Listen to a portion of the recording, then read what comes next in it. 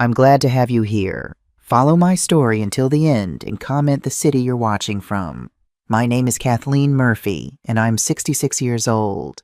For the last 5 years, I've been treated like a servant in my own home. It all started when my son Ryan married that woman. From the very first day, Elizabeth decided I was her personal employee. Kathleen, get me some coffee. Kathleen, clean this up. Kathleen, cook for my guests. And I, like a fool, always obeyed. I thought it was how I could keep my family together, but I had reached my limit. I'd spent 30 years in this house. My late husband James and I had saved for a decade to afford the down payment. We'd painted every wall ourselves, planted every flower in the garden with our own hands. After James died from cancer 8 years ago, this house became my sanctuary, my last connection to the life we'd built together. I never imagined it would become my prison. Ryan had always been a good son, smart, kind, the type of boy any mother would be proud of. He'd gone to college on scholarships, worked his way up at a respectable marketing firm, and seemed destined for a happy, stable life. Then he met Elizabeth at a company fundraiser. She was beautiful, I'll give her that. Long chestnut hair, perfect makeup, designer clothes, and a smile that could charm anyone. She came from what she called old money in Boston. Her family had an estate on Cape Cod and connections to everyone who mattered in New England society. At least that's what she told everyone. The wedding was lavish. Elizabeth's family estate was unavailable, so I offered our backyard. I spent weeks preparing, cooking for days, arranging flowers, and transforming my modest garden into a wedding venue. Elizabeth took all the credit when her friends complimented the food and decorations. "Oh, I planned everything myself," she'd say right in front of me, as if I were invisible. I didn't say anything. I wanted Ryan to be happy. After they married, they decided to live with me temporarily while they saved for their dream house. Temporary became permanent. My home was no longer mine. Elizabeth replaced my comfortable old furniture with expensive modern pieces that hurt my back. My kitchen, once my domain, became her showcase for entertaining her friends. She hosted dinner parties where I cooked elaborate meals while she pretended they were her recipes passed down from her grandmother's private chef. My bedroom was the only space that remained mine, and even there she'd knock and enter without waiting for a response, asking me to iron her silk blouse or polish her expensive shoes because I did it better than anyone. Ryan noticed nothing, or perhaps he chose not to notice. When I tried to talk to him about it, he'd say, "Mom, Elizabeth just wants things to be perfect. She's under a lot of pressure at work." Or, "She comes from a different background, Mom. They do things differently in her family." Her family. I'd never met them. They were always traveling in Europe or at their winter home in Aspen whenever holidays approached. Yet Elizabeth spoke of them constantly, her successful father, her philanthropist mother, her brilliant siblings, all of these important people who never seemed to visit or call. What struck me most about Elizabeth wasn't her demanding nature or her coldness. It was how she looked at me, like I was a relic, something dusty and forgotten that cluttered up her perfect life. In her eyes, I wasn't a person with feelings or history. I was just Ryan's mother, an obligation, an inconvenience. As months turned into years, I felt myself fading. The vibrant woman I once was, the one who had run a successful small business with James, who had traveled and read voraciously, who had friends and hobbies, was disappearing. Some days I would catch my reflection in the mirror and barely recognize myself. My shoulders had become permanently stooped, as if I were constantly bracing for the next criticism, the next demand. I started having trouble sleeping. Small panic attacks would grip me when I heard Elizabeth's car in the driveway. I began to doubt my own worth, my own right to take up space in this world. Depression crept in slowly, like a fog rolling over the water until it enveloped everything. But there was one thing Elizabeth didn't know about me.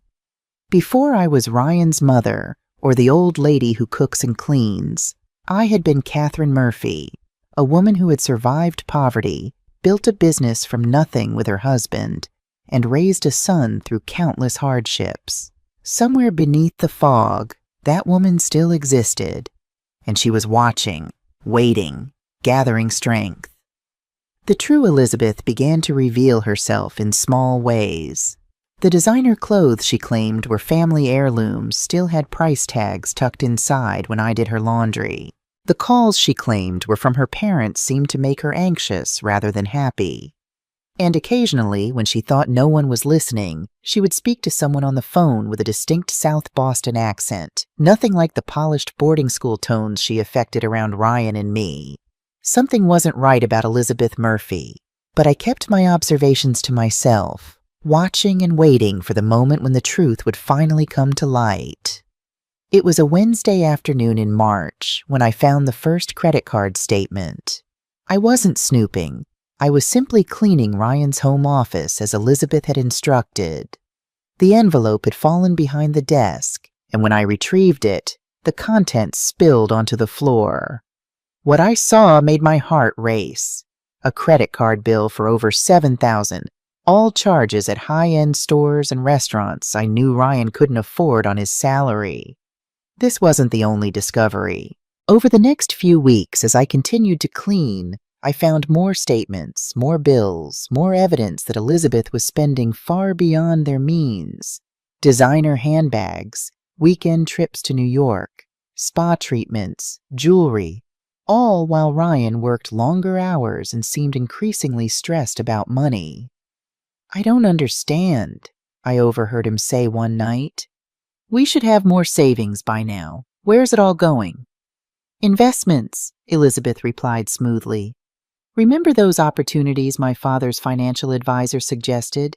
They'll pay off soon, but these things take time." Ryan would nod, accepting her explanation without question. The perfect husband, trusting and supportive. Too trusting. The dinner parties became more frequent and more elaborate. Elizabeth would invite colleagues from her boutique job, people she called influential connections, and Ryan's superiors from work. I would spend days preparing, cooking until my back ached and my hands cramped, while Elizabeth flitted about adjusting flower arrangements and lighting candles. During these parties, I became truly invisible. Elizabeth would usher me into the kitchen if I dared to sit with the guests. "Kathleen, the lamb needs checking," or "Kathleen, we need more wine glasses," always with that tight smile that never reached her eyes. And the guests would compliment the food, my food, and Elizabeth would beam with pride. "It's a family recipe," she'd say. "I spent all day on it." Not one word of acknowledgement for the woman whose fingers were burned from the hot oil, whose feet throbbed from standing all day. Ryan would sometimes catch my eye across the room, and for a moment I'd see a flicker of recognition, perhaps even guilt. But it would vanish quickly as Elizabeth pulled him back into her orbit, her hand possessively on his arm, her laughter a little too loud. After these parties, I would clean until midnight while they went to bed, exhausted not from work but from the performance of being the perfect couple in the perfect home with the perfect life. One Sunday morning, as I was making breakfast, Elizabeth insisted on fancy brunch every weekend. I overheard them talking in the living room.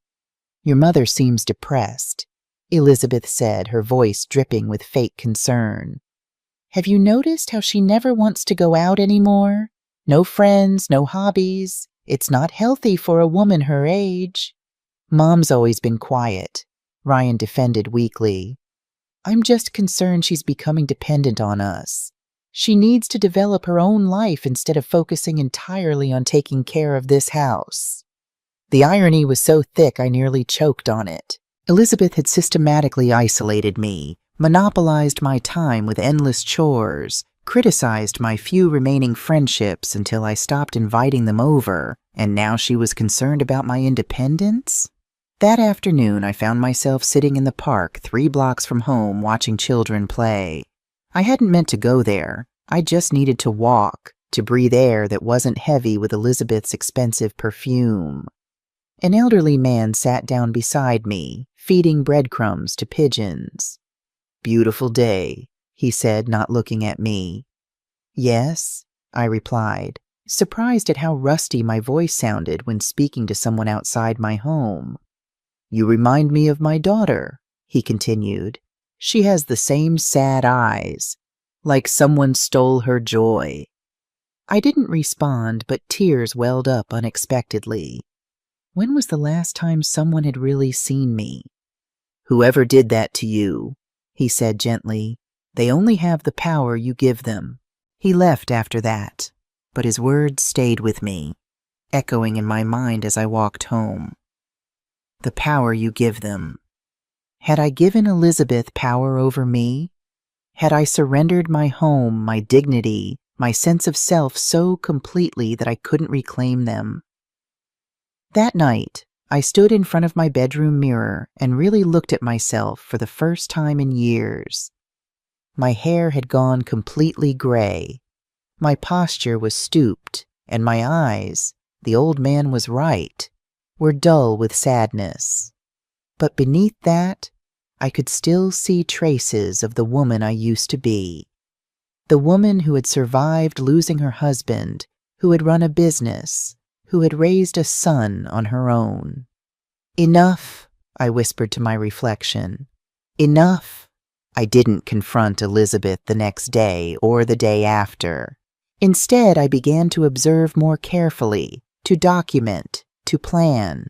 I started keeping a journal, hidden beneath my mattress, noting every lie, every manipulation, every dollar spent. I began taking photographs of credit card statements when I found them, using the old smartphone Ryan had given me years ago. Small acts of resistance followed. I forgot to iron Elizabeth's blouse for an important meeting. I seasoned the dinner slightly differently than she had instructed. I took 10 minutes longer to respond when she called for me. Tiny rebellions that went largely unnoticed but helped me reclaim small pieces of myself. One day, Elizabeth burst into my room without knocking as usual. "Kathleen, I need you to—" She stopped mid-sentence, staring at me. I was sitting in my armchair, reading a book, not jumping to attention as I normally would. "Yes," I said calmly, marking my place with a finger. Her eyes narrowed slightly. "I need you to prepare the guest room. My friend Sophia is staying overnight." "I'll do that after I finish this chapter," I replied, returning to my book. The silence stretched between us, tense and unfamiliar. Elizabeth wasn't used to waiting for anything, especially not for me. "Fine," she finally said, the word clipped and sharp. "Just make sure it's done before she arrives at 6. After she left, I smiled to myself. A small victory, but it felt enormous. The power you give them. I was taking mine back, one tiny piece at a time. The change in our dynamic was subtle, but significant. Elizabeth watched me more carefully now, her eyes following me with a new wariness. She'd always seen me as a predictable fixture in her life, like a reliable appliance. Now I was a variable, and it unsettled her. Ryan noticed nothing, of course. He was working longer hours than ever, often coming home after I'd gone to bed and leaving before I woke up. Elizabeth told everyone it was because he was climbing the corporate ladder, but I suspected it was to pay for her extravagant lifestyle. As summer turned to fall, I continued my quiet documentation of Elizabeth's deceptions. The credit card debt was mounting, and I discovered she had opened several accounts in Ryan's name without his knowledge. She was also lying about her job. She claimed to be a manager at an upscale boutique, but when I happened to visit the store one day, I discovered she was only a part-time sales associate making barely above minimum wage. Where was the extra money coming from that she claimed to contribute to their expenses? How was she affording those designer clothes and weekend spa retreats? The puzzle pieces weren't fitting together, and the picture that was emerging worried me deeply. In late September, I made the most disturbing discovery yet. While cleaning their bathroom, I found a letter tucked inside one of Elizabeth's luxury skincare boxes.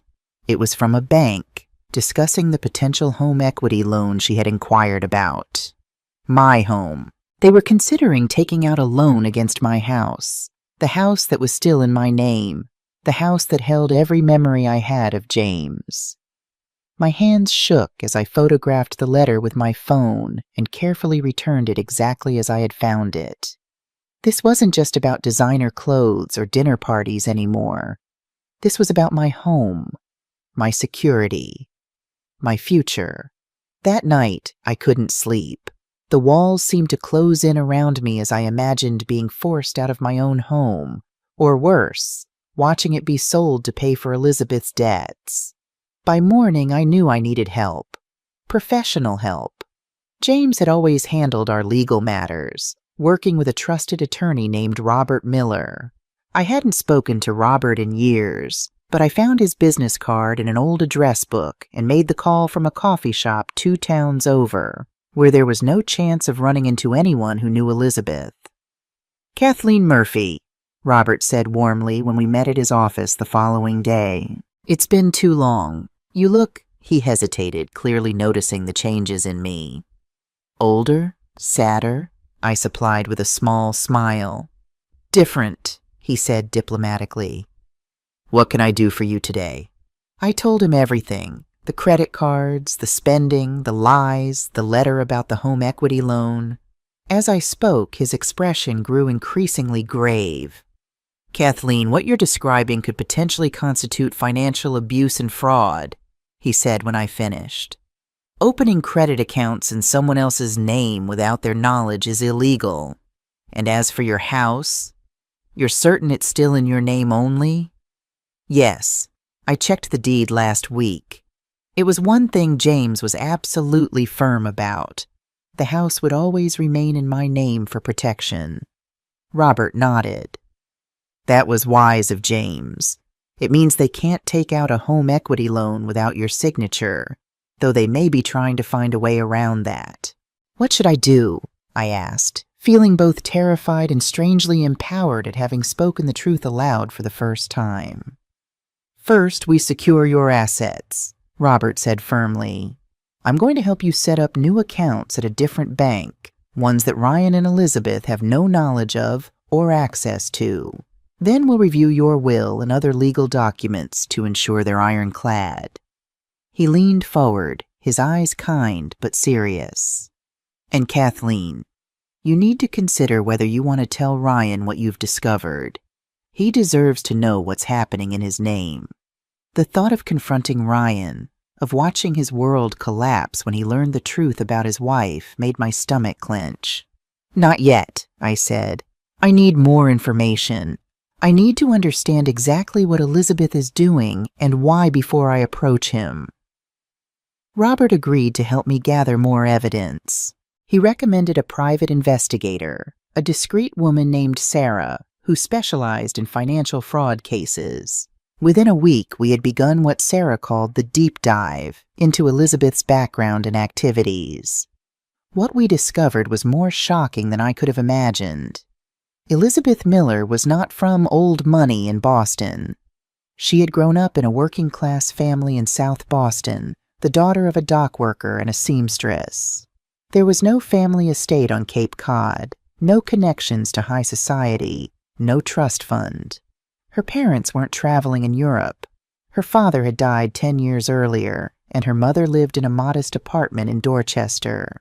The influential connections she brought to our dinner parties were mostly acquaintances from her retail job or people she'd met at charity events she crashed. She had cultivated a network of individuals who believed she was wealthy and connected, creating an elaborate web of lies that each person only saw a part of. Most disturbing of all, Elizabeth had been married before, a fact she had never shared with Ryan or me.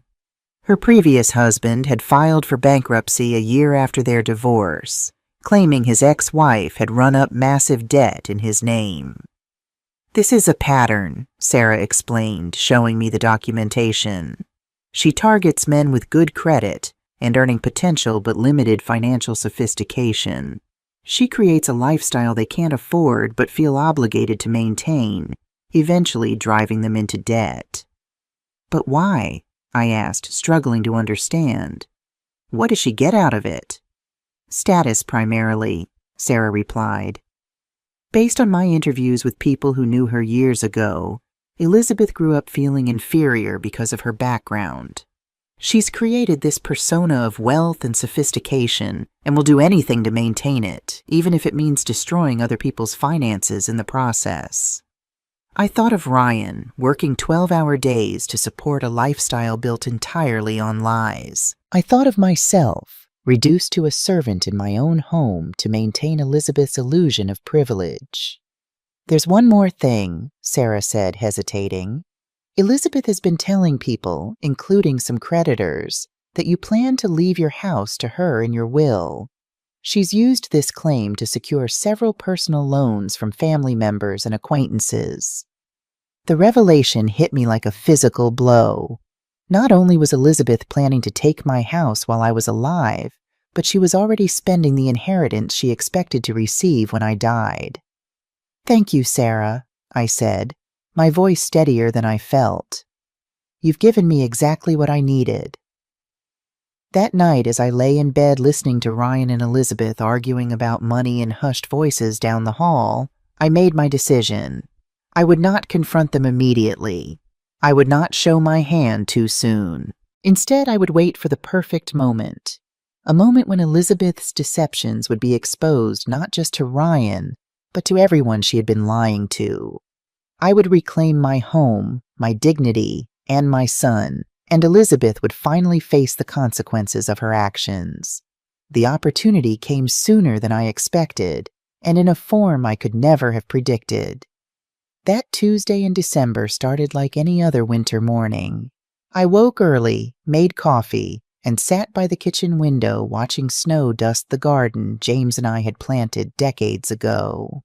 These quiet moments before Elizabeth woke were precious to me, small pockets of peace in a house that no longer felt like my own. The silence was broken by the sound of Elizabeth's heels clicking on the hardwood floors, that distinctive sound that had become like little hammers on my last nerve. She swept into the kitchen without knocking, as always, wearing a ridiculously expensive red cashmere dress that undoubtedly had been purchased with one of Ryan's maxed-out credit cards. She had that fake smile I'd come to despise, the one that showed too many teeth and never reached her eyes. "Kathleen," she said in that condescending tone she reserved for me, "I have marvelous news." I braced myself, hands tightening around my coffee mug. Elizabeth's marvelous news usually meant more work for me, more expense for Ryan, more stress for everyone but her. "My entire family is coming to spend Christmas here," she announced, settling into my kitchen chair and crossing her legs. "It's only 25 people. Only 25 people. As if that were a small number. As if I were a machine designed for cooking and cleaning. Not a 66-year-old woman with arthritis in my hands and a heart condition that required medication I sometimes couldn't afford because I was too proud to ask Ryan for money. I saw the malice glinting in her eyes as she continued with her master plan. "I've already spoken with my sister Jessica, my cousin Dylan, my brother-in-law Nathan, my uncle Mason. Everyone is coming. My nieces and nephews will be here. My second cousins, Jessica's kids. It's going to be a perfect Christmas." She took a dramatic pause, expecting my usual panicked reaction. "Of course, you'll handle everything. The food, the cleaning, serving the tables." Her words hit me like slaps. I remembered all the times I had prepared dinners for her friends while she took the credit. All the times I had cleaned up after her parties while she slept until noon. All the times I had been made invisible in my own house. "We'll need 3 turkeys at least," she continued, ignoring my silence. "And that chocolate silk pie you make, too. Oh, and you'll have to decorate the entire house. I want it to look perfect for the Instagram photos. She waited for my typical, "Yes, Elizabeth." But this time was different. This time, something inside me had shattered for good. I looked her directly in the eye with a calm that surprised even me. "Perfect," I repeated, watching her smile begin to falter. "It will be a perfect Christmas for you all because I won't be here." The silence that followed was deafening. Elizabeth blinked several times as if she hadn't heard correctly. Her mouth opened slightly, but no words came out. The clicking of her heels stopped abruptly. "What do you mean you won't be here?" she finally managed to articulate, her voice trembling slightly. She sat up straighter in the chair, her perfect posture beginning to crumble. "Exactly what you heard. I'm going on vacation. You all can cook, clean, and serve yourselves. I am not your employee." I watched the color drain completely from her face. Her hands began to shake. The coffee cup she was holding clinked against its saucer. For the first time in 5 years, Elizabeth was speechless. But Kathleen," she stammered, "I already told everyone to come. It's all planned. You can't do this." "Of course I can. It's my house." Those 4 words landed like a bomb in the kitchen. Elizabeth's jaw dropped, her face shifting from shock to indignation. She shot up from the chair, her heels clicking again, but this time with desperation. "This is ridiculous. Ryan is not going to allow this. Ryan can have whatever opinion he likes, but the decision has been made." For the first time, I was in control. But what she didn't know, what none of them knew, was that my decision wasn't spontaneous. I had been planning this for months, and I had my reasons. Reasons that would soon leave them all speechless. Elizabeth's expression morphed from shock to fury in a matter of seconds. Her cheeks flushed and her eyes narrowed like a snake about to strike. She stepped toward me, invading my personal space as she always did when she wanted to intimidate me. "You know what, Kathleen? I always knew you were selfish. But this is the absolute limit." Her voice became venomous, each word dripping with contempt. "My family is coming from far away, some from out of the country, and you're going to ruin their Christmas over a whim?" A whim? 5 years of mistreatment, humiliation, and emotional abuse, and she called it a whim. I felt rage rise in my chest, but I remained serene. I had learned to control my emotions after so much time as her victim. "That's not my problem," I replied with a calm that unnerved her even more. "You should have consulted me before inviting 25 people to my house." "Our house!" she shrieked, losing her composure completely. "Ryan is your son. This house will be ours one day." There it was, the truth that had always hovered in the air, but had never been spoken aloud. Elizabeth didn't see me as family. She saw me as a temporary obstacle before she inherited everything I had built with years of hard work and sacrifice. "Interesting perspective," I murmured, watching her pupils dilate with panic as she realized what she had revealed. "Very interesting." At that moment, I heard keys in the front door. Ryan was home from work. Elizabeth ran to him like a child tattling to her father, her heels clattering with desperate urgency. Ryan, your mother has gone insane. She says she won't help with Christmas. She says she's going on vacation and leaving us alone with my entire family." I heard their muffled voices from the living room. Elizabeth spoke in a rush, her tone sharp and dramatic. Ryan murmured responses I couldn't make out. After a few minutes, their footsteps approached the kitchen. My son appeared in the doorway, his suit wrinkled after a day at the office, his face tired but annoyed. Behind him, Elizabeth followed like a shadow, arms crossed and a triumphant expression on her face. She clearly expected him to put me in my place. "Mom," Ryan began in that patronizing tone he had adopted since his marriage. "Elizabeth told me about your decision. Don't you think you're being a little dramatic?" "Dramatic?" My own son was calling me dramatic for refusing to be his wife's servant. I felt something cold and hard settle in my stomach.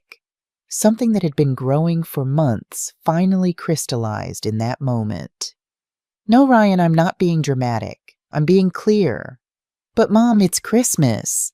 It's a time for family. Elizabeth already invited everyone. We can't cancel now. I didn't say to cancel. I said I won't be here. Elizabeth stepped forward, placing herself between Ryan and me like a human barrier. See what I mean? She's become completely irrational. What will my family think? What am I going to tell them? Tell them the truth, I answered calmly. That you assumed I would be your employee without consulting me, and that you were mistaken. Ryan sighed deeply, running a hand through his hair as he did when he was frustrated. Mom, be reasonable. You know Elizabeth can't cook for 25 people by herself. And why not? I've cooked for her parties for years. It's time she learned. But I work, Elizabeth protested. I can't take days off to cook. My career is important. Her career. A part-time position at a boutique she had probably gotten through Ryan's connections. But of course, her career was more important than my time, my energy, my dignity. Then hire a caterer, I suggested with a sweet smile. There are many excellent options in the city. Catering costs a fortune, Ryan exclaimed. Why spend thousands of dollars when you can? He stopped abruptly, realizing what he was about to say. When I can do it for free, I finished for him. Like always, like the employee you think I am. The silence stretched between us like a widening crack. Elizabeth and Ryan exchanged nervous glances. I could see the wheels turning in their heads, trying to find a way to manipulate me into giving in. Look, Mom, Ryan said, finally adopting a softer tone. I know you've been a bit sensitive lately. Maybe you're going through some hormonal changes. Hormonal changes? Seriously? He was reducing me to a hysterical menopausal woman. The fury I had been containing began to boil beneath the surface, but I managed to keep my voice steady. There is nothing hormonal about this, Ryan. This is about one very clear thing: respect. And for 5 years, neither you nor your wife has shown me any. That's not true, Elizabeth protested. We've always treated you well. You're part of the family. The part of the family that serves, cleans, and cooks while you two have fun? The part of the family that is never consulted but is always expected to obey? Ryan came closer, placing a hand on my shoulder as he used to do as a boy when he wanted something. But he was no longer the sweet child I had raised. He was a man who had chosen his wife over his mother in every conflict for the past 5 years. All right, Mom, I understand you're upset, but think about it. It's just one more Christmas. After that, everything goes back to normal. Normal, their normal, where I was invisible except when they needed me. Where my feelings didn't matter as long as their life was comfortable. Where my house had ceased to be my sanctuary and had become their personal hotel. No, Ryan, things are not going back to normal because I'm leaving tomorrow. They both froze. Elizabeth was the first to react, her voice rising an octave. Tomorrow? Tomorrow? I confirmed, enjoying the panic that began to gleam in their eyes. I already have everything arranged. What they didn't know was that I truly did have everything arranged, just not in the way they thought. This is insane, Elizabeth shrieked, her eyes wide as she paced my kitchen like a caged animal. You can't leave tomorrow. It's impossible. My family arrives in 3 days. Well, you should have thought of that before you took for granted that I would be your employee, I replied, maintaining my serene tone as I calmly washed my coffee cup. Every movement was calculated to show that her dramatics didn't faze me. Ryan just stood there, shifting nervously from one foot to the other, clearly torn between supporting his hysterical wife and trying to reason with me. His eyes darted between the two of us as if he were watching a tense tennis match. Mom, Please, he finally murmured. At least tell us where you're going. When will you be back? I'm going to visit my sister in Miami, I lied smoothly. And I'll be back after New Year's. The lie came so naturally it surprised even me, but it was necessary. They couldn't know my real plans. Not yet. After New Year's? Elizabeth practically choked on her own words. But what are we going to do? I already told everyone to come. My Uncle Mason already bought his plane tickets. Jessica canceled her plans. Nathan took time off work. Those are their problems, not mine. I saw desperation begin to replace the rage on Elizabeth's face. Her perfectly manicured hands trembled as she gripped the marble countertop, her knuckles white from the pressure. Kathleen? Her voice suddenly changed, becoming syrupy and manipulative. You know I've always thought of you as a second mother. You're so important to me, to us. You can't just abandon us like this. There it was, the switch in tactics from fury to emotional manipulation. I had seen this play many times before, but it no longer worked on me. If you really considered me a mother, you wouldn't treat me like a servant. But I don't treat you like a servant. I just thought you enjoyed cooking for the family. I thought you liked to feel useful. Useful. That word pierced me like a dagger. For 5 years, I had believed that being useful was my way of keeping the peace, of securing a place in my son's life. But now I understood that being useful had only made me a shadow in my own home. You know what, Elizabeth? You're right. I do like to feel useful. That's why I'm going to be useful to myself for the first time in years. Ryan intervened again, his frustration now evident in every line on his face. Mom, this isn't fair. You know we don't have the money to hire a caterer for 25 people. The deposit on the new apartment wiped out our savings. A new apartment? This was the first I was hearing about a new apartment.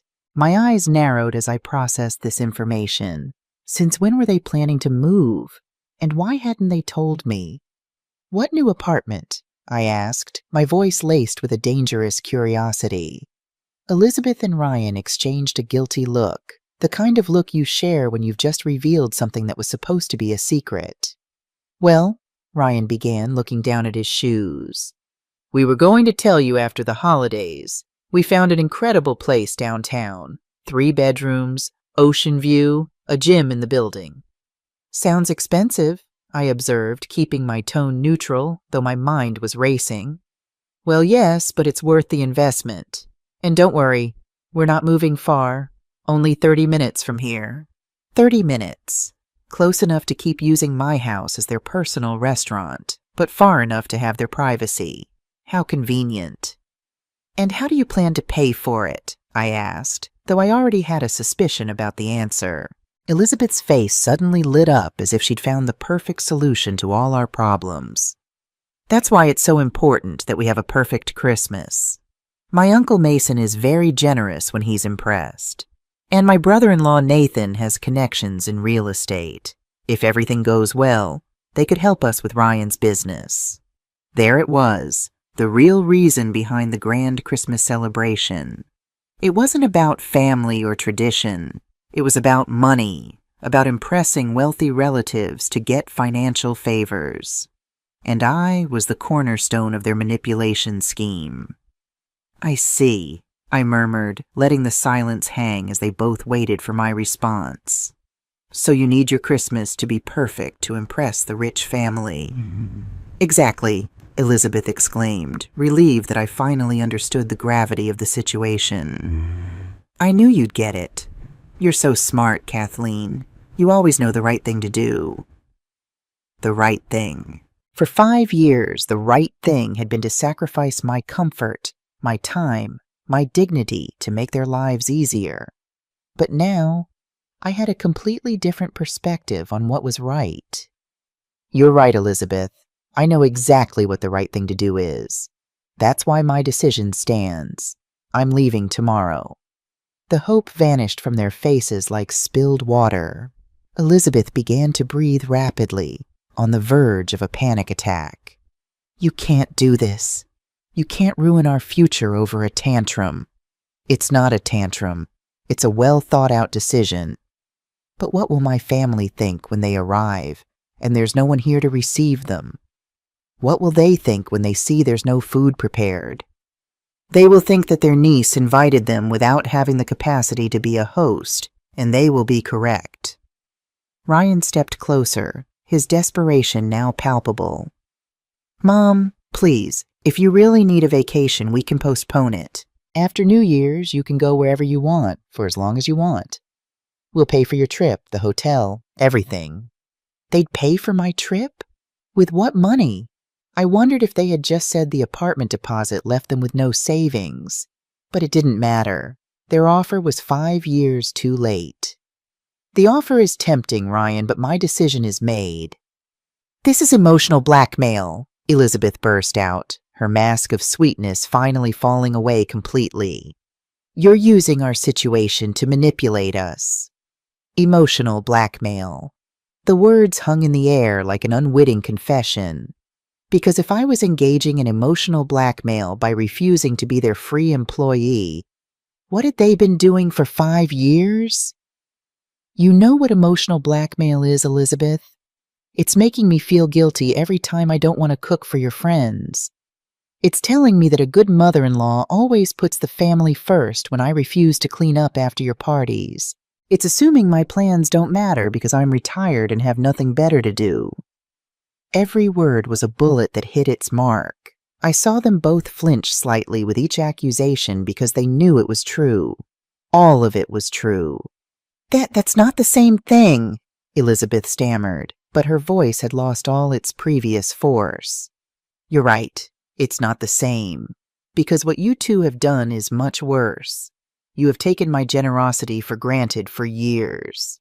The kitchen fell into a tense silence. I could hear the ticking of the wall clock, the hum of the refrigerator, Elizabeth's ragged breathing. But what I could hear most clearly was the sound of my own approaching freedom. Because tomorrow everything would change, and they had no idea just how much. That night, while Elizabeth and Ryan were still in the living room arguing in desperate whispers, I locked myself in my room and pulled out my laptop. It was time to set the second phase of my plan in motion, a plan that had been brewing for months, ever since I discovered something that changed my entire perspective on my dear daughter-in-law. 3 months earlier, while foolishly cleaning Ryan's home office as Elizabeth had instructed, I had found a forgotten folder among his papers. It was tucked behind the filing cabinet, as if someone had hastily hidden it during a cleaning frenzy. At first, I thought they were work papers, but something caught my eye. Elizabeth's name appeared again and again in transactions I didn't understand. That night, after they went to sleep, I returned to the office and reviewed everything meticulously. What I found chilled me to the bone. Elizabeth had been spending money they didn't have, a lot of money. Credit cards in Ryan's name that he knew nothing about, personal loans using the house as collateral without my knowledge, and compulsive shopping sprees at luxury stores that added up to over $50,000 in debt. But that wasn't all. I also found emails where Elizabeth discussed with her friends how to manage Ryan so he wouldn't discover her spending, how to keep him distracted while she kept shopping, and most chilling of all, a message thread where she planned to convince him to sell the house to invest in their future together. My house. The house I had lived in for 30 years. The house I had paid for with my work, my savings, my sacrifices. Elizabeth wanted Ryan to sell it to pay off her compulsive shopping debts. That night, I couldn't sleep. I stayed awake until dawn, processing the betrayal, the manipulation, the deceit. But along with the devastation, something else began to grow. A cold, calculated determination to protect myself and my son. The next day, I began my own silent investigation. I contacted Robert Miller again, and he recommended a private investigator, a discreet woman named Marjorie, who specialized in financial fraud cases. "This isn't uncommon, Mrs. Murphy," Marjorie told me during our first meeting at a cafe far from my neighborhood. In fact, there's a pattern to what you're describing. Marjorie explained that she'd seen cases like Elizabeth before, people who created elaborate facades of wealth and success while accumulating massive debt. Often they're trying to maintain an image they believe is necessary for their social standing or self-worth, she said. But what makes your situation particularly concerning is the targeting of your home.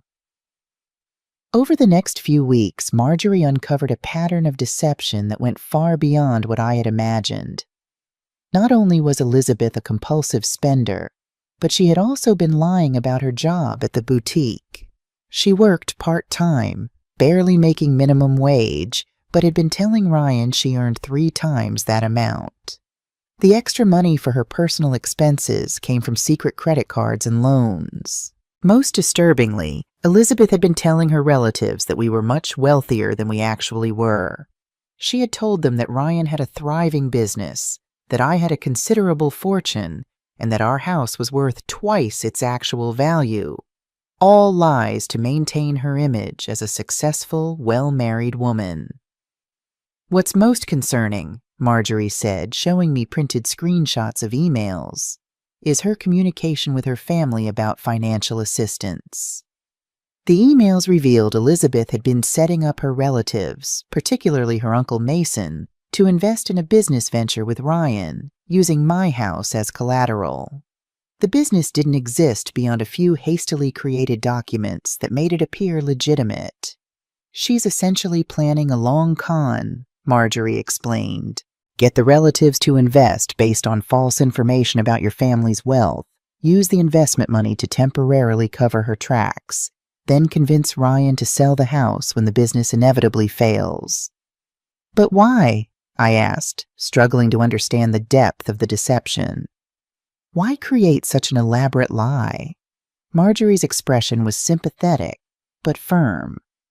Mrs. Murphy, some people will go to extraordinary lengths to maintain a facade they've created. Based on my background check, Elizabeth grew up in very modest circumstances, nothing like the privileged background she claims. This isn't just about money, it's about identity. She's become so invested in this fictional version of herself that she'll risk everything, including your son's financial future, to maintain it. Armed with this information, I sat down with Robert to discuss my options. The gravity of the situation weighed heavily on me. I wasn't just protecting my home anymore. I was trying to save my son from financial ruin. We need to move carefully, Robert advised. If we confront Elizabeth directly, she might accelerate her plans or convince Ryan you're trying to undermine their marriage. We need irrefutable evidence and a strategy that exposes the truth in a way Ryan can't deny. That's when we formulated the plan. First, I moved all my savings to a new account at a different bank, one Ryan knew nothing about and would never have access to. Then Robert helped me file legal documents to protect the house's deed, ensuring no one could force me to sell it. But the masterstroke came when Robert suggested I contact Elizabeth's family directly. They're being misled too, he pointed out. And if they're planning to invest money based on false information, they have a right to know the truth. I hesitated. Won't they tell Elizabeth I contacted them? Not necessarily, Robert said. If we approach this as concern rather than accusation, they might be more inclined to investigate quietly first. Remember, they believe you're wealthy. They have no reason to think you'd be warning them about financial fraud. So I began the most delicate part of the operation. I didn't contact all of Elizabeth's family, just the ones who really mattered in her scheme. Her Uncle Mason, the successful businessman from Arizona, her brother-in-law Nathan, the real estate agent who was supposedly going to help them, and her sister Jessica, who worked in finance and had an impeccable reputation. I sent them very polite emails introducing myself as Elizabeth's concerned mother-in-law. I told them I was worried about the young couple's delicate financial situation and wanted to ask their advice on how to help. I mentioned specific details: the apartment they couldn't afford, the credit card debt, the business venture that existed only on paper. And then, as Robert had suggested, I accidentally attached some of the most alarming bank statements I had found, as if I had meant to include a different document. The responses were immediate and varied. Mason was furious at being deceived about Elizabeth's real situation. His reply was curt but clear. "Mrs. Murphy, thank you for bringing this to my attention. I'll be looking into this matter personally. Please keep this communication confidential for now." Nathan was more measured but equally concerned. He called me directly, his voice professional but strained. "Mrs. Murphy, I've been led to believe something very different about your family's financial situation. Elizabeth told me your house was worth over $1 million and that you were planning to gift it to them." "Gift it?" I couldn't hide my shock. "Nathan, this house is my only asset. I have no plans to give it away." "I suspected as much," he sighed. "She's been asking me to evaluate some properties for investment, including your house. I've spent considerable time researching potential deals for them, all based on the premise of substantial capital from your estate." Jessica's reaction was the most unexpected. Initially, she didn't believe me and sent a scathing reply accusing me of trying to cause trouble in her sister's marriage. But 3 days later, she called, her voice shaking with emotion. "I checked into some of what you sent," she admitted. "I've found discrepancies.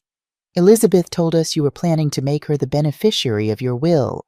She's used that as collateral for loans from several family members." The betrayal was even deeper than I had imagined. Elizabeth had been using my supposed inheritance, my death, as collateral for loans. "Jessica," I said carefully, "what do you plan to do with this information?"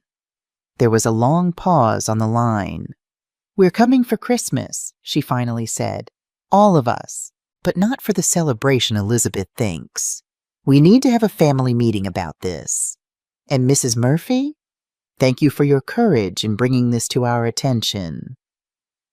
As December approached, my plan continued to take shape.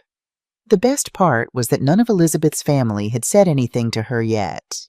They were waiting for the Christmas gathering to confront her in person, a gathering that would now be missing the host they expected, the food they were promised, and the festive atmosphere Elizabeth had painted in her lies. My phone vibrated with a text message as I sat at my desk, reviewing the final details of my plan. It was from Mason. "Mrs. Murphy, after reviewing the documents you sent, my family and I have decided to arrive a day earlier than planned. We want to speak with Elizabeth about some important matters before the celebration. Would it be possible for you to receive us on the morning of the 23rd? The morning of the 23rd, exactly when I would be packing my bags for my trip to Miami." What a perfect coincidence.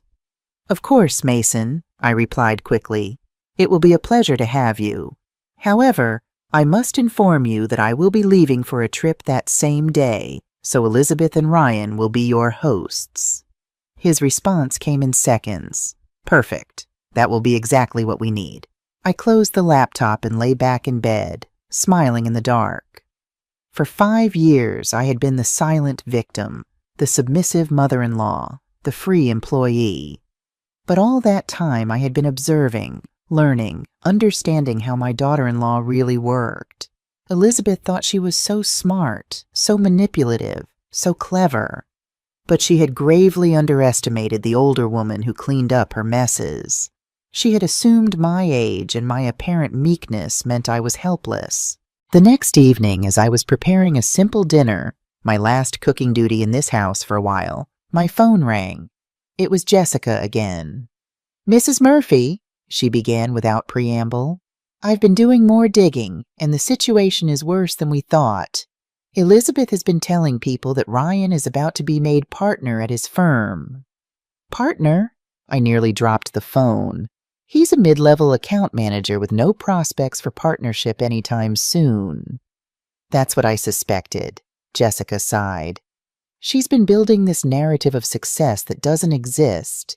And there's something else. I found old credit card statements. This isn't the first time she's done this. Her previous boyfriend filed for bankruptcy after they broke up. He claimed she had opened accounts in his name. This new information confirmed what Marjorie had discovered. Elizabeth wasn't just lying. She had a pattern, a history of financial deception that spanned years. "Jessica, may I ask you something personal?" I ventured. "Why would Elizabeth do this? You grew up together. Was there something in your childhood that might explain this behavior?" There was a long pause. Then Jessica spoke quietly. "Our parents struggled financially. Dad worked 2 jobs, Mom cleaned houses. Elizabeth was always ashamed of that. She used to make up stories at school about vacations we never took and possessions we didn't own. I thought she'd outgrow it, but instead, it seems she's built her entire adult life on these fantasies." That night, I finalized my preparations. I booked a room at the Harborview Hotel, just an hour's drive from my house. Not in Miami, as I'd told Ryan and Elizabeth. I transferred additional money to my new account.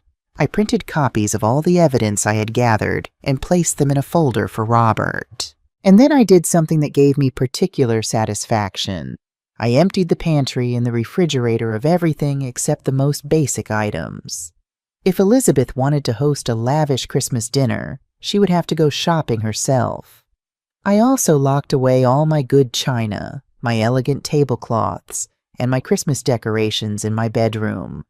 If they wanted to impress the rich family, they would have to get their own supplies.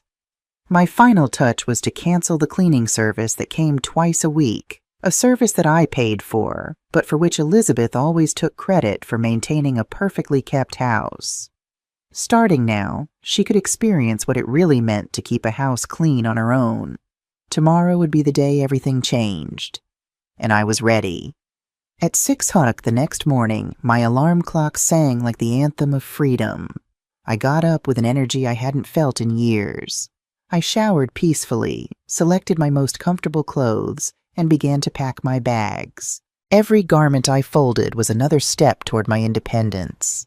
Every item I stored away was a silent declaration that I was no longer anyone's employee. Elizabeth and Ryan were still asleep. I could hear their deep breathing from the hallway as I carried my suitcases down the stairs. I had prepared a note which I left on the kitchen table next to the spare house keys.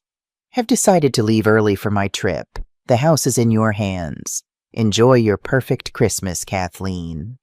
I had ordered a taxi the night before, requesting it arrive promptly at 7:00 a.m., early enough to avoid any confrontation with Ryan or Elizabeth, who rarely rose before 9:00, especially on a day when neither had to work.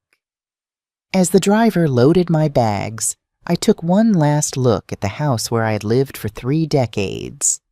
A house that had been my sanctuary, then my prison, and now would once again be my fortress.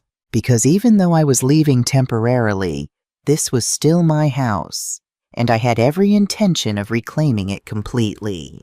The Harborview Hotel was everything I had dreamed of during my years of forced domestic service. A spacious suite with an ocean view, 24-hour room service, and most importantly, absolute silence. No one shouting for me from the kitchen. No one expecting me to appear with fresh coffee. No one assuming my time had no value. I unpacked slowly, savoring the luxury of having nowhere to be and nothing urgent to do. I hung my clothes in the closet, arranged my toiletries in the marble bathroom, and then stood by the window, watching the waves crash against the shore. For the first time in years, I felt at peace. My phone started ringing at 10:47 in the morning. Ryan, of course. I let it go to voicemail, not ready to engage yet. I needed this time to myself, to gather strength for what was coming. But curiosity got the better of me, and I listened to the message. "Mom, where are you? We found your note, but why did you leave early?" Please call me back." He sounded confused, still sleepy. He had probably just discovered the empty pantry and the fact that no one was there to make his weekend breakfast. I smiled at the thought, but didn't call back immediately. Instead, I ordered a room service breakfast: eggs Benedict with smoked salmon, fresh orange juice, and a pot of Earl Grey tea. As I ate leisurely at the small table by the window, my phone began to vibrate constantly with texts and calls. I glanced at a few messages. From Ryan: "Mom, please call me. This is important." From Elizabeth: "Kathleen, this is completely irresponsible. Call Ryan immediately." From Elizabeth again: "Where is all the food? What did you do with the groceries?" From Ryan: "Mom, Elizabeth is really upset. Please just let us know where you are." At noon, feeling refreshed after my peaceful morning, I decided to answer Ryan's call. "Mom, where are you?" He sounded frantic.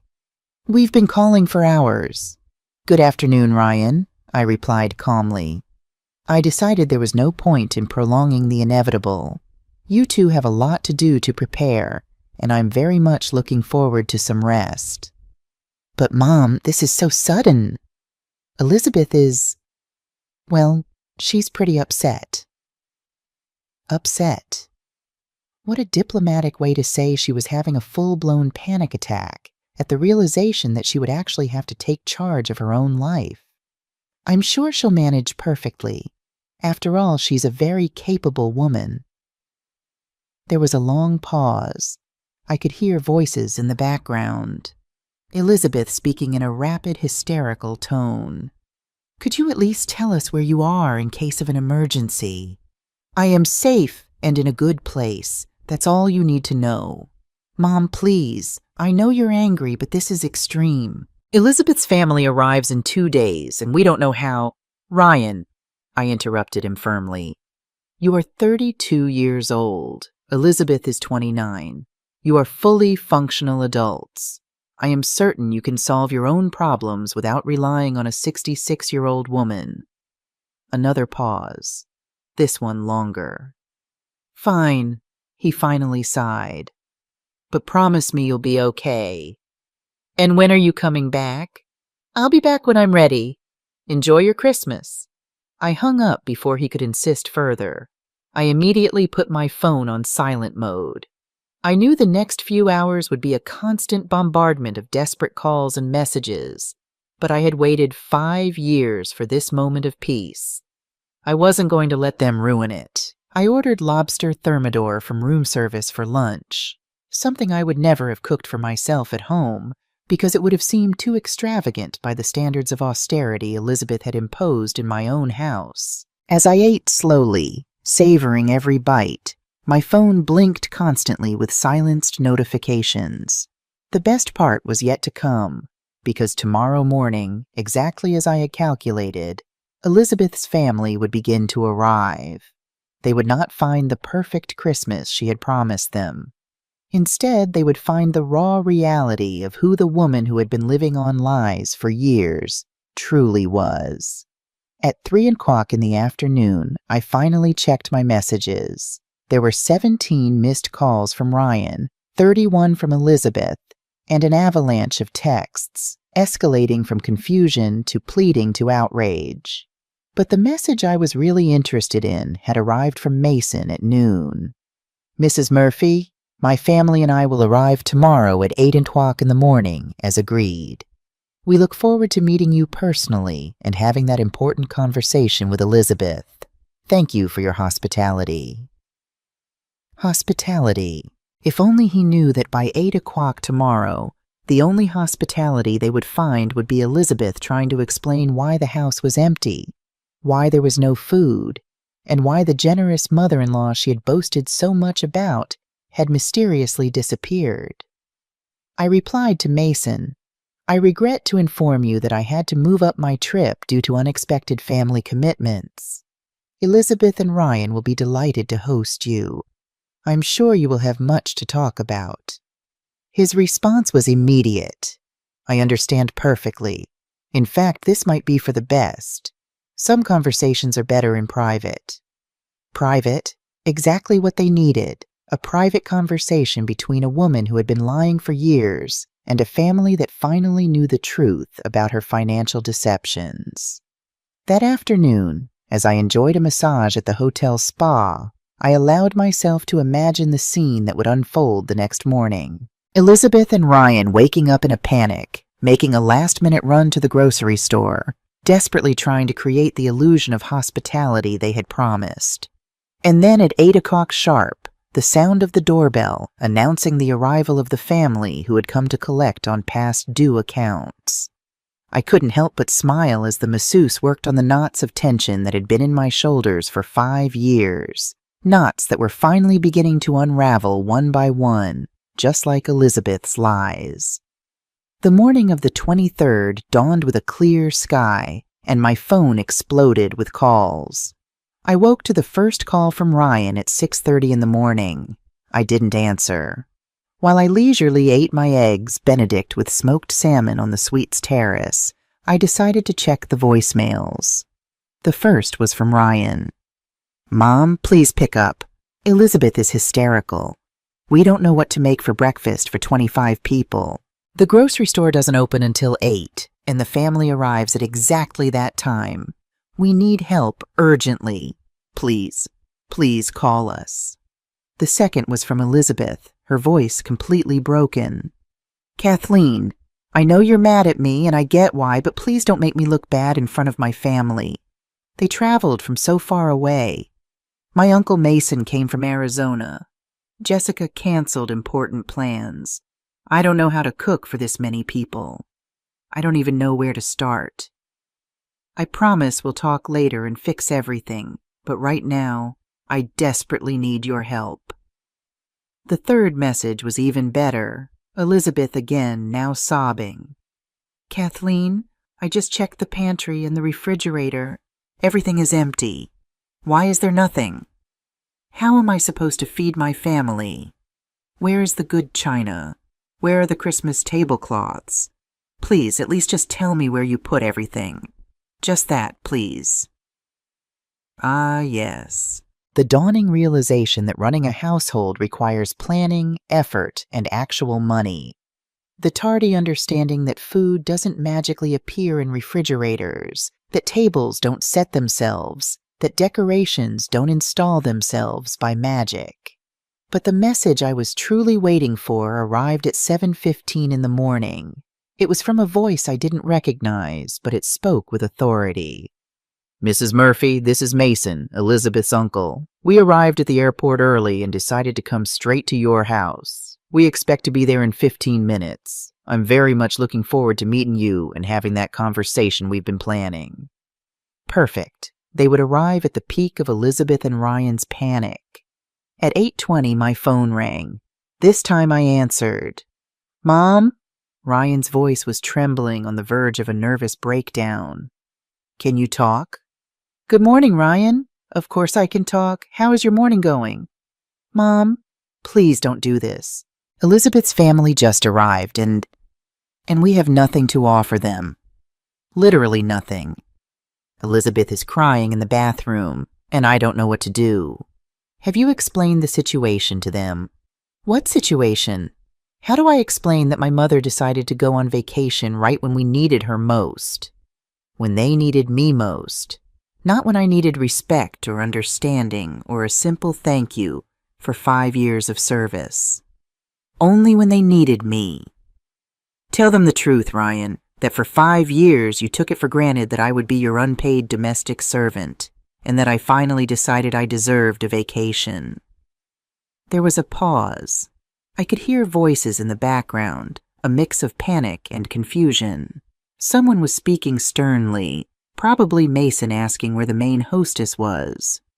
"At least can you tell us where you always bought the food? What you used to make for special occasions? Anything to help?"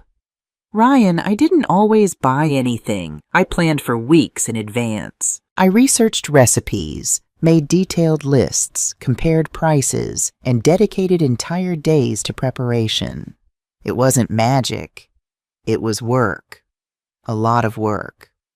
The silence on the other end told me he was finally beginning to understand the magnitude of what he had ignored for years. "Look," he continued, his voice smaller, "I know we've been inconsiderate, but right now I need practical solutions. What do I do with 25 hungry people in my living room? Order takeout, call restaurants, go to the supermarket, do what all responsible adults do when they have guests. But it's the holidays. Everything is closed or swamped. The restaurants have no availability." "Then maybe you should have thought of that before you invited 25 people without consulting the person you expected to do all the work." I heard a new voice in the background, a serious tone. Mason was clearly demanding an explanation. "Mom, Elizabeth's uncle wants to talk to you. He says he needs to understand what's going on." "I would love to talk to him, but I'm on vacation. Tell him Elizabeth can explain everything perfectly. After all, she's the one who organized this gathering." "Please, Mom, just 5 minutes. He's very confused and a little upset. I think he can help us solve this." Help us again. It was all about helping them.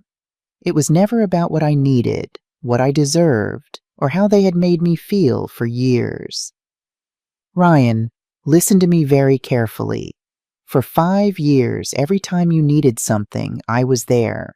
Every time Elizabeth wanted to impress someone, I did the work. Every time you had problems, I was the solution. Today, for the first time in half a decade, you have to solve your own problems. And that is not my responsibility." "But it's my family!" he finally shouted, losing his composure. I heard Mason's clear voice in the background. "Young man, I need to understand what kind of family gathering you organized. Where is the woman of the house? Where is the grandmother who invited them?"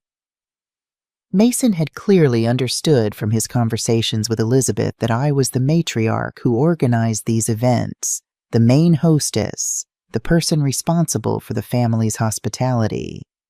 And now there was no one. Just 2 confused adults finally facing the consequences of their own choices. "Mom, please at least talk to him. Explain that there's been a misunderstanding." "There is no misunderstanding, Ryan. There is a reality that you refuse to see for years. And that reality is that without mutual respect, there is no functional family." I hung up. This time I turned the phone off completely. It was time for the next phase. I went down to the hotel's business center. It was time to deploy the most delicious part of my plan. I sat at a computer and opened my email. I had several new messages from Elizabeth's family. The first was from Jessica, the financially responsible sister. "Dear Kathleen, we've just arrived at your house, and the situation is quite confusing. Elizabeth told us you left for an emergency, but we don't understand why the house seems uninhabited. There is no food, no Christmas preparations, and frankly, Elizabeth's attitude is very strange. Could we speak by phone?" The second message was from Mason, his tone considerably more serious.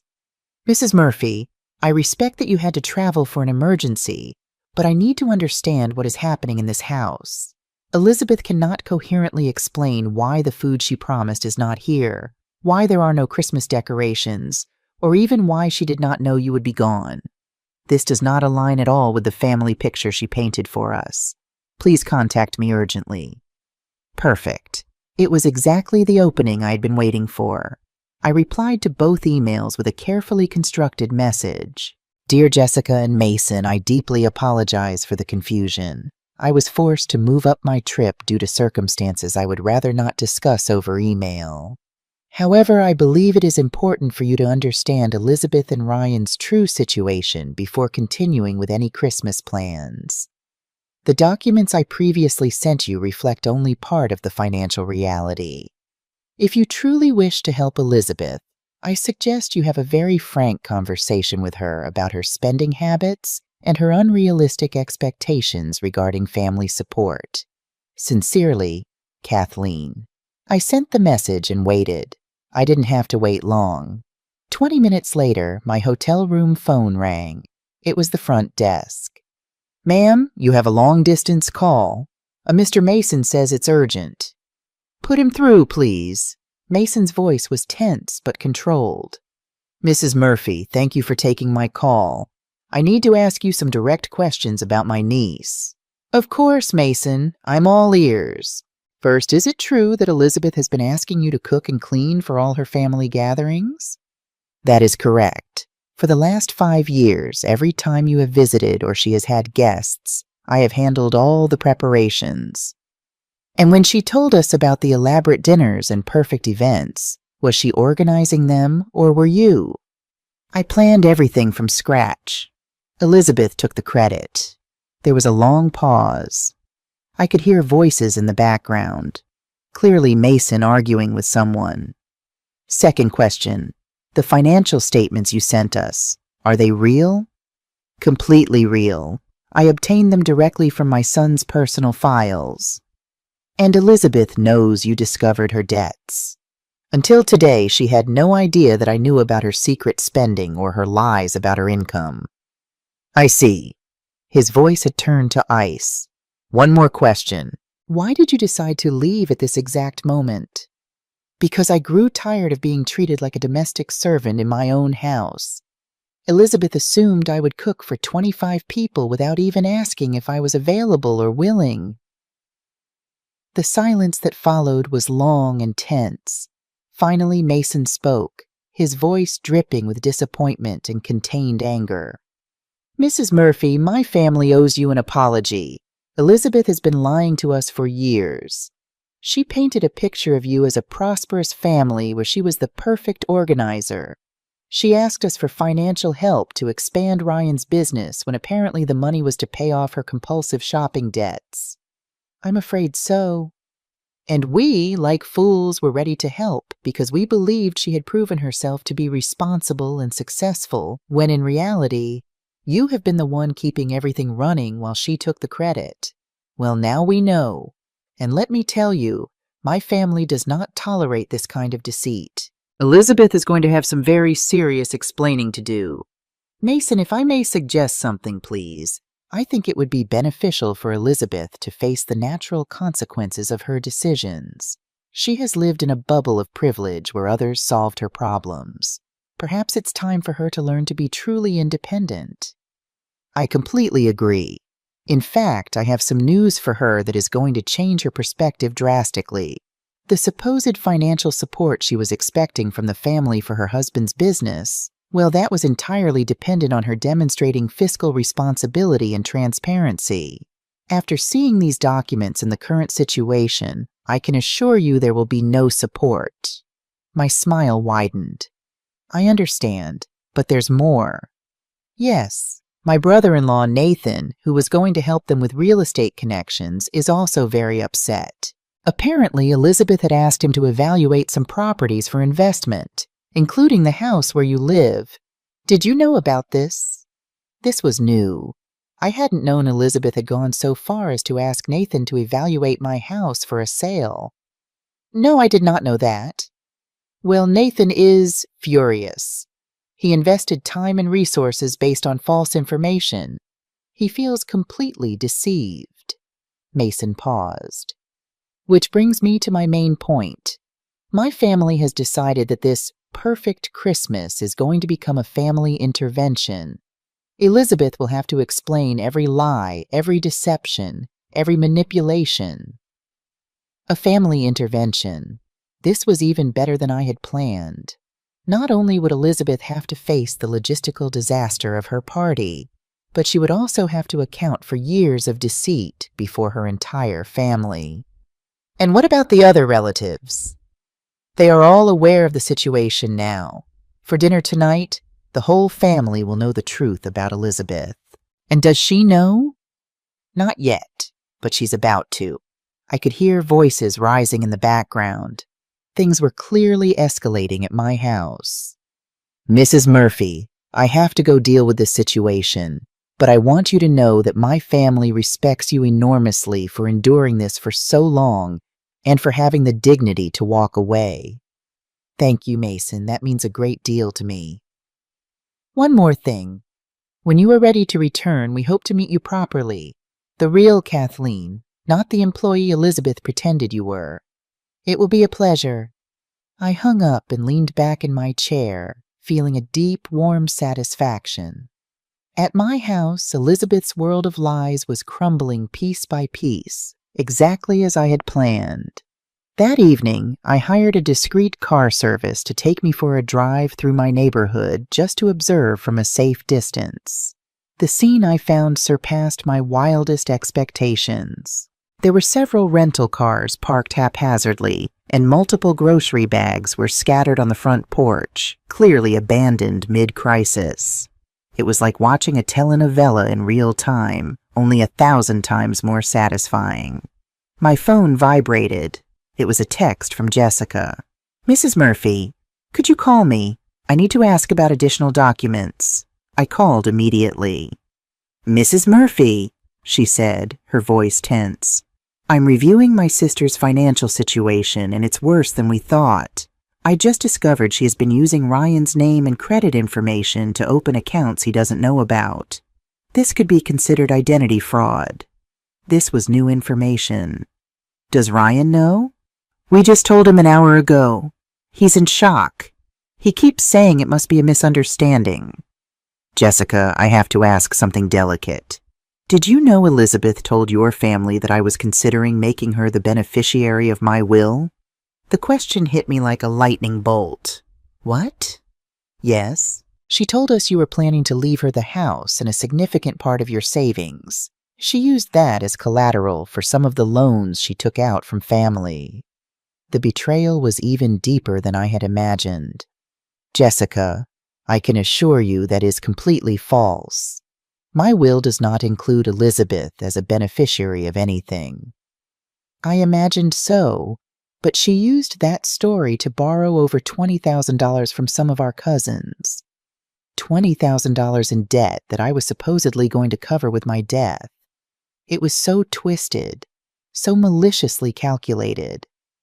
"How is Elizabeth reacting to all this?" I asked. There was a long pause.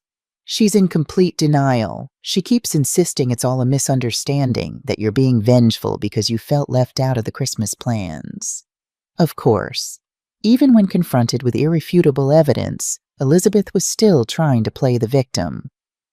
"And the Christmas celebration?" Jessica laughed bitterly. "What Christmas? Elizabeth ordered pizza for 25 people because she didn't know how to cook anything else. We're eating off paper plates because she can't find the good dishes. Instead of celebrating, we're having the most intense family showdown of our lives." Pizza for 25. The irony was delicious. "What do you plan to do now?" "Some of us are leaving tomorrow. This isn't the family reunion we expected, but a few of us are staying to make sure she understands the consequences of her actions. All family loans are being called in immediately. The financial support for Ryan's business is gone, and we will be informing other family members to protect them from future manipulations." It was poetic justice. "And Ryan?" "That's the saddest part. I think he truly knew nothing about her lies. He's devastated. My poor son. But I also knew this was the only way he would ever open his eyes. Jessica, there's one more thing you should know. When I return home, and I will return soon, I will be making some significant changes. Elizabeth will no longer have free access to my house. There will be new rules, new boundaries, and new consequences for disrespect." "That sounds perfect. It's time she learned to live in the real world." I hung up and asked the driver to take me back to the hotel. Tomorrow would be my triumphant return. As I prepared for bed that evening, I reflected on how quickly Elizabeth's carefully constructed world had collapsed. All it had taken was a little truth, strategically deployed. I didn't feel vindictive or cruel. I felt justified. For 5 years I had been diminished, used, and disrespected in my own home. Now I was simply reclaiming what was rightfully mine: my dignity, my autonomy, and my son. The morning of December 24th dawned cold but bright. I packed my bags calmly and prepared for the final confrontation. Before leaving the hotel, I called Robert. "It's Kathleen. Are all the documents we discussed ready?" "Perfectly ready, Kathleen," he replied. "The changes to the will are notarized. The amendment to the house deed is registered, and the new residency agreements are ready for your signature." "Perfect. I'll see you in an hour at my house." "Are you sure you want to do this on Christmas Eve?" "Robert, there is no more perfect time. It's time my family learned the true meaning of gratitude." The taxi dropped me off at 10:00 in the morning. I stood on my own front porch for a moment, taking a deep breath. For 5 years, I had entered this house with my shoulders hunched, my spirit diminished. Today, I would walk in with my head held high. I opened the door with my key, and the house fell silent. The living room was strewn with pizza boxes, paper plates, and empty wine bottles, evidence of last night's perfect Christmas celebration. "Kathleen?" Ryan's voice was incredulous, almost hopeful. "Yes, I'm back." He appeared first, with deep dark circles under his eyes and wrinkled clothes. Behind him came Elizabeth, a version I had never seen before. No makeup, hair disheveled, eyes swollen from crying. Then came the rest of her family. Mason, stern and imposing. Jessica, holding a folder of documents. Nathan and a woman I assumed was his wife. Their faces etched with disappointment. "Mrs. Murphy," Mason said, extending a hand respectfully. "It is an honor to finally meet you. We are deeply sorry to have met under these circumstances." "The honor is mine, Mason. And don't worry, sometimes the truth needs to come out dramatically." Just then, the doorbell rang. Ryan moved to answer it, looking confused. "That would be Robert, my lawyer," I explained calmly. Ryan froze mid-step, his face paling further. Robert entered, his presence immediately adding a legal weight to the room. "Good morning," he said professionally. "I am Robert Miller, Mrs. Murphy's attorney. I understand there are some family and financial matters that require clarification." Elizabeth grew even paler. "Why is there a lawyer here?" Her voice was barely above a whisper. "Because after 5 years of emotional abuse, financial manipulation, and a total lack of respect, I have decided I need legal protection," I replied with icy calm. "Legal protection from what?" Ryan asked, genuinely confused. "From your wife's attempts to use my future death as collateral for loans?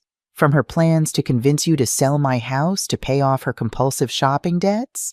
From her unauthorized use of your credit information? Need I continue?" The silence was absolute. Elizabeth slumped onto the sofa, finally understanding her world of lies had completely collapsed. "Robert," I said, "shall we proceed?" "Very well.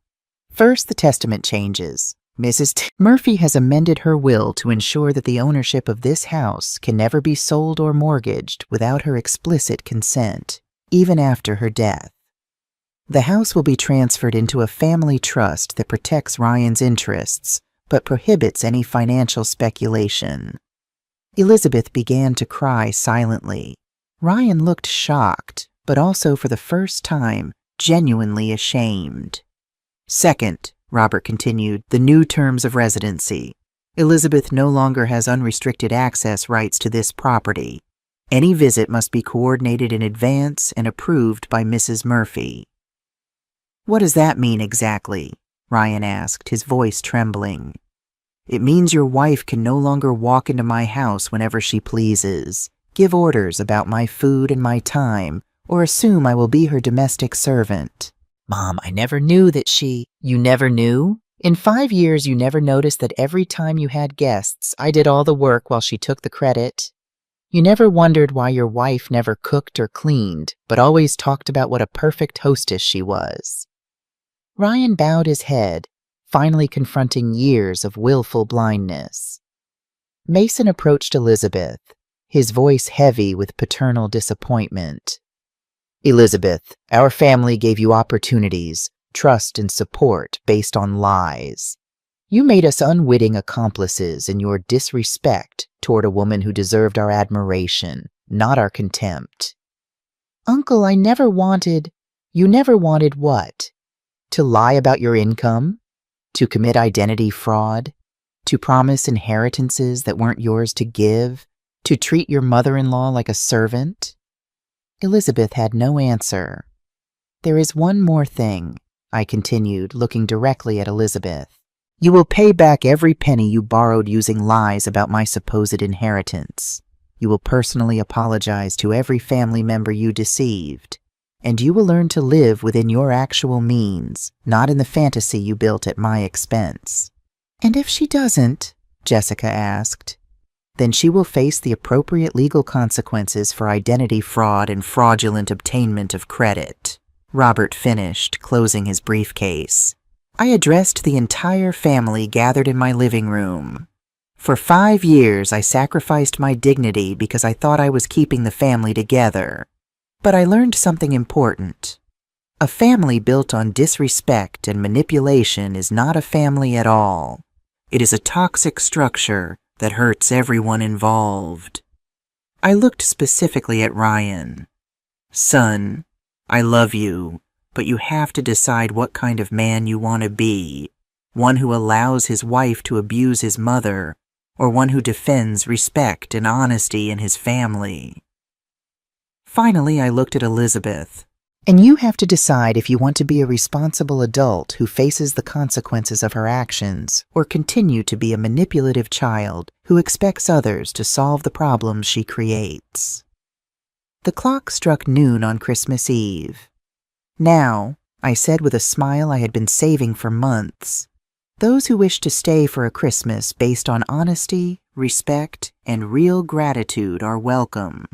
Those who prefer to continue living in fantasies and manipulations may leave.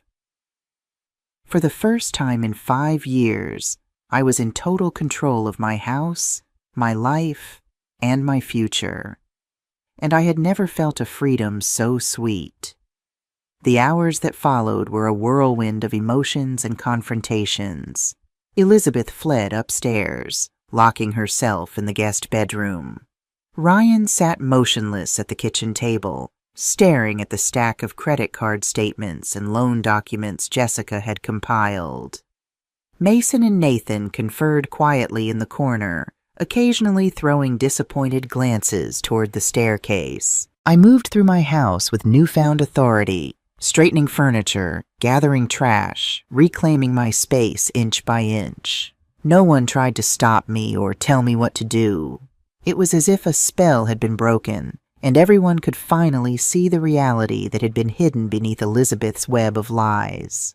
Robert stayed for another hour, explaining the legal details of my new arrangements to the family. The house remains in Kathleen's name, with specific provisions for Ryan's inheritance that cannot be circumvented, he clarified. And there are additional protections against any attempt to influence or coerce changes to these documents. Is that really necessary? Ryan asked, looking up from the papers with red-rimmed eyes. Do you really think I would try to? It's not about what you would try to do, Ryan, I interrupted gently. It's about what you might be manipulated into doing. For 5 years, I've watched you make decisions that went against your own character because Elizabeth influenced you. These protections aren't just for me, they're for you too. As Robert prepared to leave, he pulled me aside. Are you sure you want to stay here tonight? It might be volatile. This is my home, Robert. I'm not leaving again unless it's on my own terms. He nodded, understanding the determination in my voice. Call me if you need anything, day or night. After he left, Mason approached me. Mrs. Murphy, Kathleen, I want to personally apologize for our family's role in this situation. We should have seen through Elizabeth's deceptions. We should have verified her claims before accepting them as truth. You couldn't have known, I reassured him. Elizabeth has been perfecting her act for years. She's very convincing. Still, we enabled her behavior by believing her stories and providing financial support without proper due diligence. He hesitated. There's something else you should know. Elizabeth has been telling people that Ryan is about to launch a tech startup that will revolutionize the industry. She's been soliciting investments from extended family members based on this claim. I sighed. Does this fictional startup have a name? Murphy Tech, Mason replied with a grimace. Supposedly developing some kind of groundbreaking financial software.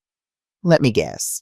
No business plan, no prototype, just promises of enormous returns? Exactly. Some relatives have already committed funds. He lowered his voice. Jessica is working to contact everyone and warn them before any money changes hands, but the damage to our family's trust has been done. Around 2:00 p.m., Ryan finally gathered the courage to go upstairs and confront Elizabeth. The shouting began almost immediately, her high-pitched denials, his deeper voice growing increasingly frustrated.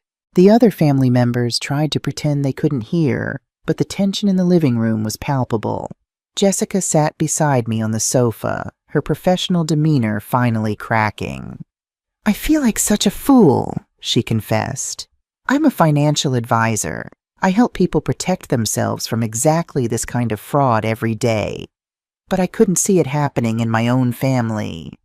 "We're often blind to what's closest to us," I said, patting her hand.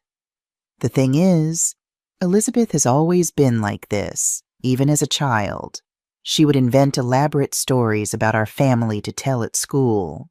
She once convinced her entire class that our father was a secret agent, and that's why he couldn't come to career day, when in reality he was working double shifts at the factory to make ends meet." "Did she ever get help? Counseling or therapy?" Jessica shook her head. "Our parents tried, but Elizabeth was always so charming, so convincing. She'd attend 1 or 2 sessions, convince the therapist she was fine, and then go right back to her fantasies. As she got older, the lies became more sophisticated and the stakes got higher." From upstairs, we heard a door slam, followed by Ryan's footsteps on the stairs. He appeared in the doorway, his face a mask of disbelief and anger. "She's still denying everything," he said, his voice hollow. "She says you're all conspiring against her because you're jealous of our perfect life. She says the credit cards were opened with my permission, that I just forgot. She says the loans were temporary to help her sister." He looked at Jessica. "Did she ever loan you money?" Jessica laughed bitterly. "No. In fact, I've been sending her money for years because she claimed you were struggling while you built your business." Ryan collapsed into a chair, burying his face in his hands. "I don't even know what's real anymore. Was anything she told me true? About her family, her past, her job?" "Very little," Mason replied grimly. "Elizabeth constructed an alternate reality and has been living in it for years. The problem is, she dragged all of us into her delusion."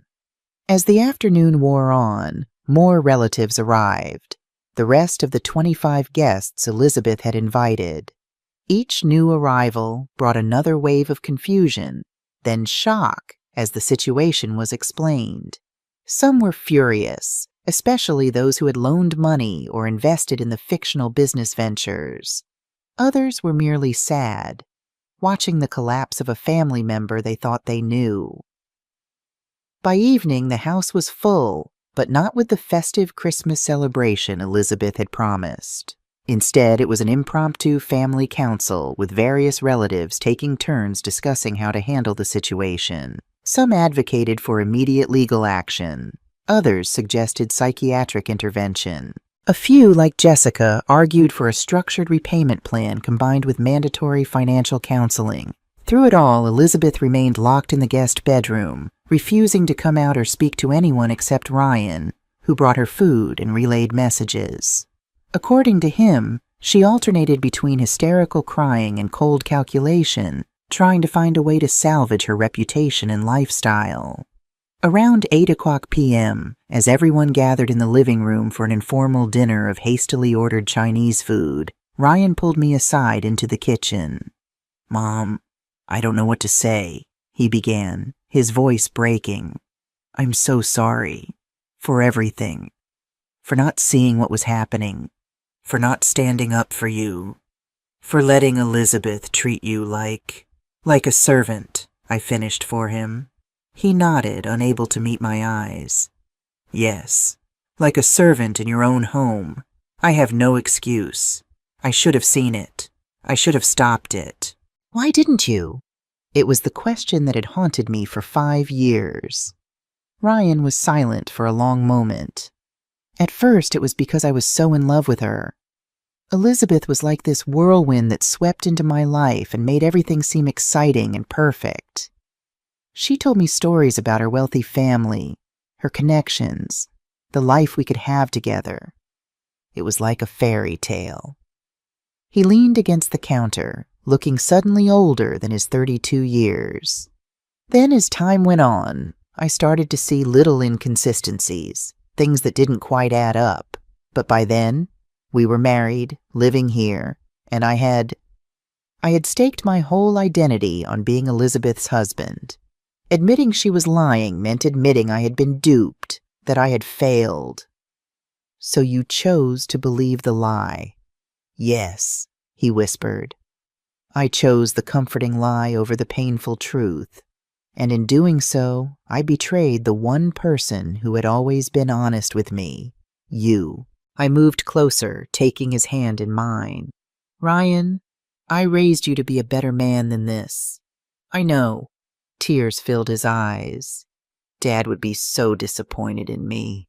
The mention of James, of what he would think of all this, hit me hard. For a moment, I could almost feel him beside me, his steady presence a reminder of what real love and partnership look like. "Your father would be disappointed in your choices," I agreed. "But he would never give up on you, and neither will I. The question is, what are you going to do now?"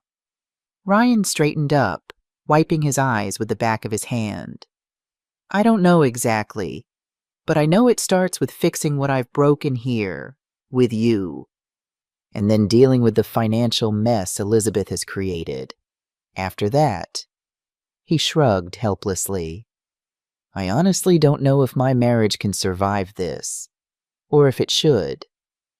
"That's a decision only you can make," I said gently. "But whatever you decide, this house will always be your home. Not Elizabeth's, not both of yours. Yours. The son I raised, the man your father would be proud of." He hugged me then, clinging to me like he used to do as a little boy after a nightmare. And for the first time in years, I felt like I truly had my son back. As we rejoined the others in the living room, Mason was addressing the group. "I think we need to be clear about what happens next. Elizabeth has broken trust with this family in fundamental ways. There need to be consequences, but also a path forward if she's willing to take responsibility." Jessica nodded. "We've drafted a family agreement. First, all loans are formally documented and a repayment schedule established. Second, Elizabeth agrees to financial counseling and therapy. Third, she makes a full disclosure of all debts, accounts, and financial transactions to Ryan and to us." "And if she refuses?" someone asked. "Then we proceed with legal remedies," Nathan replied firmly. "Identity theft, fraud, misrepresentation. These aren't just family matters, they're potentially criminal issues." The group murmured in agreement. It was harsh but fair, a chance for Elizabeth to make amends while still holding her accountable for her actions. Ryan looked at me uncertainly. "Do you think she'll agree to this?" "I don't know," I admitted. Elizabeth has spent years avoiding consequences. This would mean facing them head on, possibly for the first time in her life. As if on cue, we heard footsteps on the stairs. Everyone fell silent as Elizabeth appeared in the doorway. She had showered and changed, applying makeup and styling her hair. She wore a simple black dress, an attempt to look dignified and contrite, but her eyes were cold and calculating as they swept over the assembled family. "I understand you've all been discussing me," she said, her voice artificially calm. Don't you think I should be included in conversations about my own future? We tried to include you, Jessica replied. You locked yourself in a bedroom and refused to come out. I needed time to think, Elizabeth countered smoothly. This has all been very unexpected. Mason stood, his imposing figure drawing all eyes. Elizabeth, we've prepared a family agreement outlining the steps you need to take to begin making amends. Are you willing to hear the terms? She hesitated, then nodded, settling gracefully into an armchair. As Jessica read through the document, Elizabeth's expression remained neutral, almost bored. When the reading was finished, she smiled thinly. I see. And if I agree to these terms, everything goes back to normal? All is forgiven? Not exactly, Mason replied. Trust takes time to rebuild. This agreement is just the beginning of that process. Elizabeth's smile faded. She looked around the room, assessing the faces of her family members, searching for a sympathetic ally. Finding none, she turned to Ryan. Darling, surely you don't support this. This intervention? You know me. You know I would never intentionally hurt anyone. Ryan's face hardened. I thought I knew you, Elizabeth, but the woman I married wouldn't have opened credit cards in my name without telling me. She wouldn't have lied about her income or her past. She wouldn't have treated my mother like a servant for 5 years. Your mother has always been difficult, Elizabeth snapped, her mask of contrition slipping. She's been jealous of our relationship from the beginning. Can't you see she's manipulating all of you? The room grew tense. All eyes turned to me, waiting for an angry response. But I remained calm, smiling slightly at Elizabeth's predictable tactics. That's interesting, I said quietly, because I have emails where you tell your friends how easy I am to manipulate, how you convinced me to cook for your parties by appealing to my maternal instincts, how you plan to eventually persuade me to move to a retirement home so you could have my house to yourself. Elizabeth's face drained of color. You read my emails? No, I replied truthfully. You left your laptop open one day while you were shopping. The emails were right there on the screen. I simply took photos with my phone. For the first time, Elizabeth seemed genuinely caught off guard. She had underestimated me, the quiet, seemingly docile old woman she had dismissed as irrelevant. So, Mason interrupted, will you sign the agreement, Elizabeth? Or do we need to pursue more formal channels? Elizabeth's eyes darted around the room, calculating her options. Finally, she stood, smoothing her dress with practiced poise. I need time to review the document with my own attorney. This is all very one-sided, and I have my own perspective on these events. Of course you do, Jessica said dryly. You have 3 days to consult your attorney. After that, we proceed with or without your cooperation. With a final glare in my direction, Elizabeth turned and swept out of the room, her heels clicking on the hardwood floors as she ascended the stairs once more. The tension broke as soon as she left. Several people exhaled audibly. Others shook their heads in disbelief. She's still in denial, Jessica murmured. Even with all the evidence, all the witnesses, she still thinks she can talk her way out of this. That's because it's always worked before, Nathan observed. Elizabeth has spent her entire life escaping consequences through charm and manipulation. This is the first time she's faced a united front. As the evening wore on, the family began to disperse. Some had hotel reservations nearby. Others decided to drive home rather than stay for the uncomfortable Christmas day that loomed ahead. By midnight, only Mason, Jessica, Ryan, Elizabeth, and I remained in the house. As I prepared for bed in my own room, the room that had been my prison and refuge for 5 years, I felt a strange mixture of emotions. Triumph, yes, but also sadness for the pain my son was experiencing, and even a touch of pity for Elizabeth. What kind of emptiness must exist inside a person who would build their entire life on illusions? There was a soft knock at my door. I opened it to find Ryan standing there, looking exhausted but determined. "Mom, there's something I need to tell you. Elizabeth and I will be moving out tomorrow. I've booked a hotel for the next week while I figure out more permanent arrangements." "You don't have to leave, Ryan. This is your home too." He shook his head. "No, I need to do this. For both of us. You deserve to have your house back, completely yours, not shared with the people who disrespected it. And I need to stand on my own 2 feet for once. Face the consequences of my choices without dragging you into them." I nodded, understanding. This was part of his growth, his redemption. "What about Elizabeth? Do you think she'll sign the agreement?" Ryan sighed heavily. "I honestly don't know. Right now she's threatening to contest everything, claim coercion, even suggest that you've been stealing from us. That doesn't surprise me. But," he continued, "she's also running out of options. Her family isn't backing down. The credit card companies are already investigating the fraudulent accounts. And," he hesitated. "And what?" "And I've told her I want a separation, possibly a divorce depending on how she handles this situation."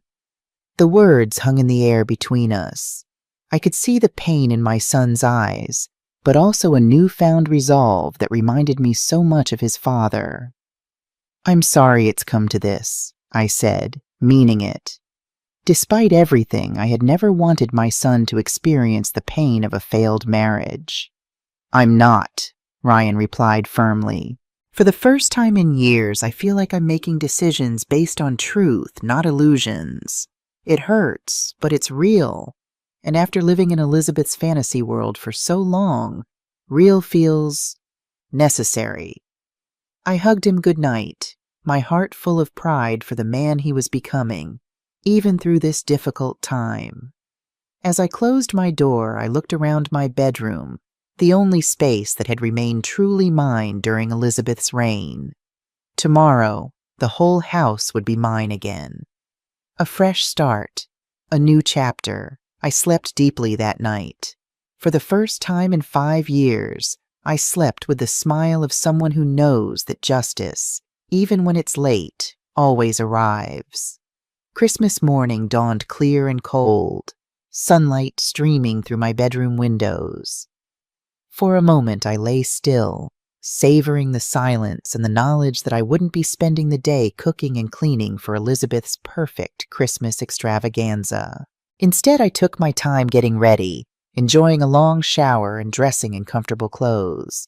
Not the serviceable outfits Elizabeth preferred me to wear when guests were present, but clothes I actually liked. I made my way downstairs to find Jessica and Mason already in the kitchen, coffee brewing. "Merry Christmas, Kathleen," Jessica greeted me warmly.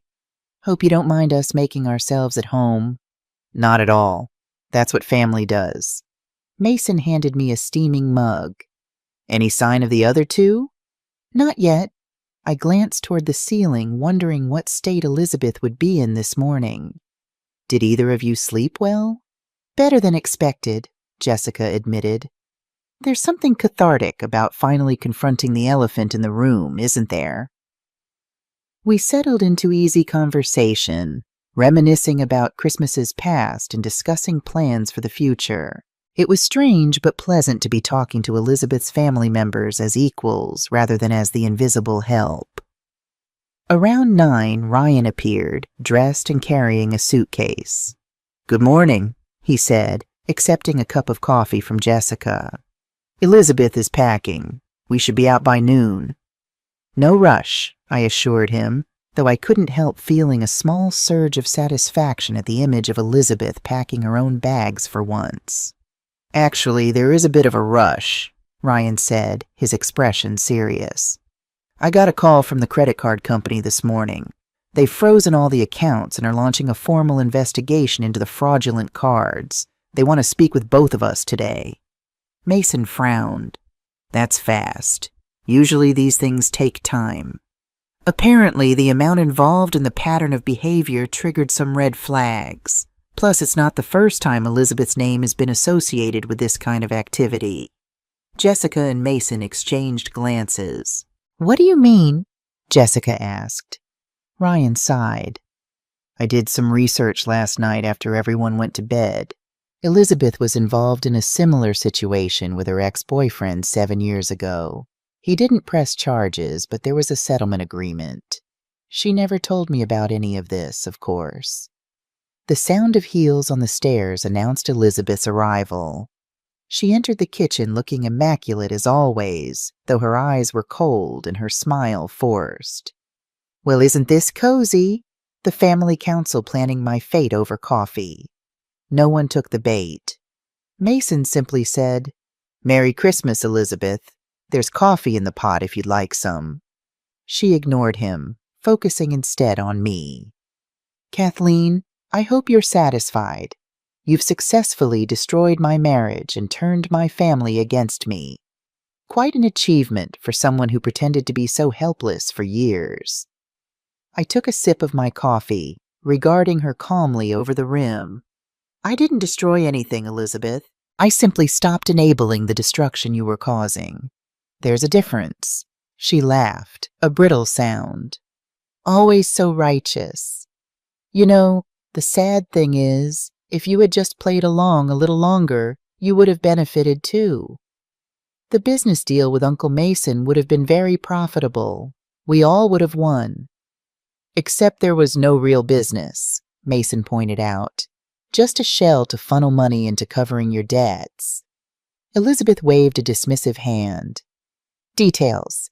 The point is, we could have made it work if everyone had just cooperated. Instead, you all chose to tear everything down." The delusion was still strong, I realized. Even now, faced with irrefutable evidence and the consequences of her actions, Elizabeth couldn't accept reality. In her mind, the problem wasn't her lies. It was our refusal to believe them. Ryan stepped forward, placing his suitcase by the door. "The car will be here in an hour. Do you need help with the rest of your things?" "I can manage," Elizabeth replied coldly. "Unlike some people, I don't need to be waited on hand and foot." The irony of her statement wasn't lost on any of us, but we let it pass without comment. She turned and marched back upstairs, her posture rigid with anger. "She still doesn't get it," Jessica murmured. "Even now." "She may never get it," I replied.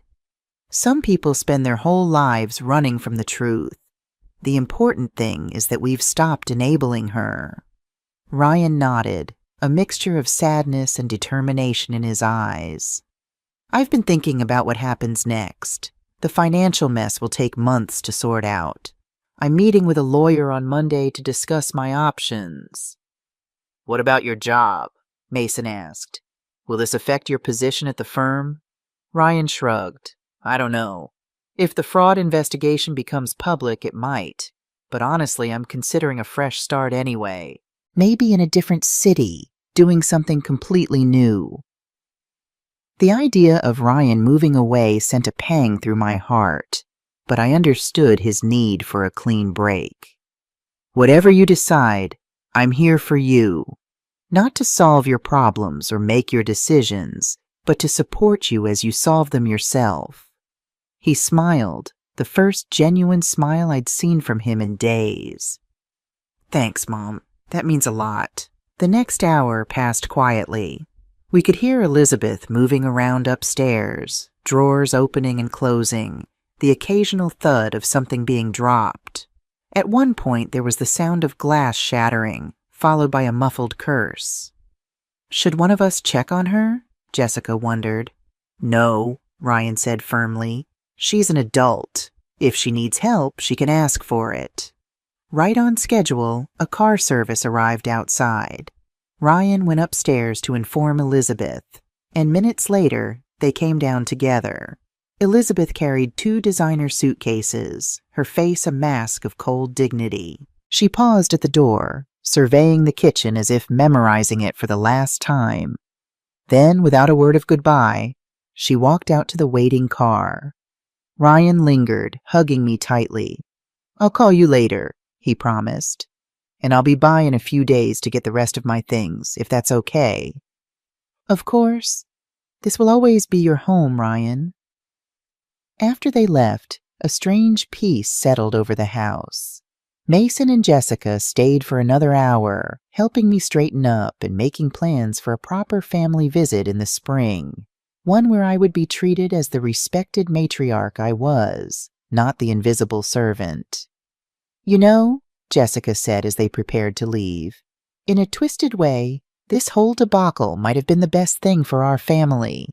We've been so disconnected, everyone living in their own little bubbles, accepting Elizabeth's version of reality without question. This forced us to look at the truth and reconnect with each other.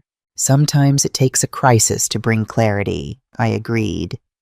"And despite everything, I'm grateful to finally know the real members of your family, not just the caricatures Elizabeth presented." After they left, I stood in my empty house, savoring the silence. No demands, no criticism, no walking on eggshells. Just me, in my own space, free to live as I pleased. It was both exhilarating and a little overwhelming. I spent the rest of Christmas Day doing exactly as I wished. I read a book I'd been wanting to start for months. I called old friends I had neglected during Elizabeth's reign. I took a long nap in the middle of the afternoon, simply because I could. Small pleasures that felt like enormous luxuries after years of constant service. The days that followed brought rapid changes. Ryan filed for separation, citing fraud and irreconcilable differences. Elizabeth moved in with a friend, maintaining to anyone who would listen that she was the victim of a family conspiracy. The credit card companies continued their investigation, freezing additional accounts as they uncovered the extent of the fraud. 1 week after Christmas, Robert came by with final paperwork for me to sign, documents that would permanently protect my assets and establish clear boundaries for the future. "Have you heard from Ryan?" he asked as we finished the paperwork. "Every day," I said, smiling. "He's found a small apartment nearby. He's seeing a therapist to process everything that's happened, and he's even talking about going back to school, finishing the master's degree he abandoned when he married Elizabeth." "And Elizabeth?" My smile faded. "Still in denial. She's refusing to sign the family agreement. She's telling people I manipulated everyone against her out of jealousy. Ryan says she's even tried to access their joint accounts, not realizing they've all been frozen." Robert nodded thoughtfully. "Some people never accept responsibility. They spend their whole lives blaming others for the consequences of their own actions." "I know, but that's not my problem anymore. I've done what I needed to do to protect myself and my son. Elizabeth's journey is her own now. As January unfolded, I began to rebuild my life. I reconnected with old friends, joined a book club at the local library, even started volunteering at a community garden. Small steps toward reclaiming the vibrant woman I had been before Elizabeth reduced me to a servant in my own home. Ryan visited regularly, sometimes for dinner, sometimes just to sit and talk. Our relationship was healing, transforming into something new, a genuine friendship between adults who respected each other, not the dysfunctional dynamic that Elizabeth had fostered. One evening in late January, as we sat on the porch watching the sunset, Ryan asked, "Do you ever regret how things turned out? I mean, it all happened so dramatically, so publicly." I considered the question carefully. I regret that it had to come to that point. I regret that I didn't stand up for myself sooner. But the outcome? No, I don't regret that at all. Sometimes the truth needs to be dramatic to be heard. He nodded, understanding. "I filed the divorce papers today," he said quietly. "Elizabeth contested, of course. Says she'll only agree if I pay off all her debts and give her half the value of this house." I laughed softly. "Even now, still trying to get her hands on my house." I told her it wasn't mine to give, that the house belongs to you. now and always." He paused, looking out at the pink-streaked sky. "You know what she said? Your mother won't live forever," as if she's still counting on inheriting it someday. Well, she's right about one thing. I won't live forever. But thanks to Robert and our legal precautions, this house will go exactly where I want it to go. To you, protected by a trust that ensures it can never be sold to pay off someone else's shopping sprees. Ryan reached over and squeezed my hand. "Thank you, Mom. Not just for the house, but for showing me what real strength looks like. I spent years thinking Elizabeth was the strong one, so confident, so certain, so in control. But now I see that her type of strength was all illusion. Real strength is what you showed. Quiet, patient, but absolutely unbreakable when it matters." His words warmed me more than any inheritance or legal victory could. My son had learned the lesson I had most wanted to teach him, that true worth comes from character, not appearance, from integrity, not illusion, from respect, not domination. In the months that followed, life settled into a new normal. Ryan's divorce proceeded, messy but inevitable. Elizabeth eventually signed a modified version of the family agreement, though only after the credit card companies threatened legal action. She moved to another state, reportedly already engaged to a wealthy businessman who saw her as the perfect trophy wife. I wished him luck. He would need it. Mason and Jessica kept in touch, calling regularly and visiting when they could. They became the family I had always wanted, but never had through Elizabeth. Honest, respectful, genuinely caring. As for me, I reclaimed my house, my dignity, my identity. I painted the kitchen yellow, a color Elizabeth had deemed common. I hosted dinner parties where I sat at the table as a guest, hiring caterers to do the work. I traveled, taking the vacations I had postponed for years while serving as Elizabeth's unpaid staff.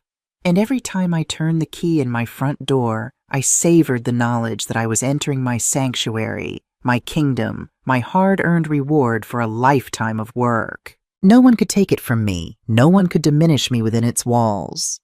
I was Kathleen Murphy, not just Ryan's mother, or Elizabeth's mother-in-law, or the old lady who cooks and cleans. I was myself, complete and whole, stronger for having been broken and rebuilt. Some might call what I did revenge. I prefer to call it justice, the natural consequence of years of disrespect and manipulation. Elizabeth created a house of cards, and all I did was refuse to continue holding it up. The collapse was inevitable. I simply chose the time and place.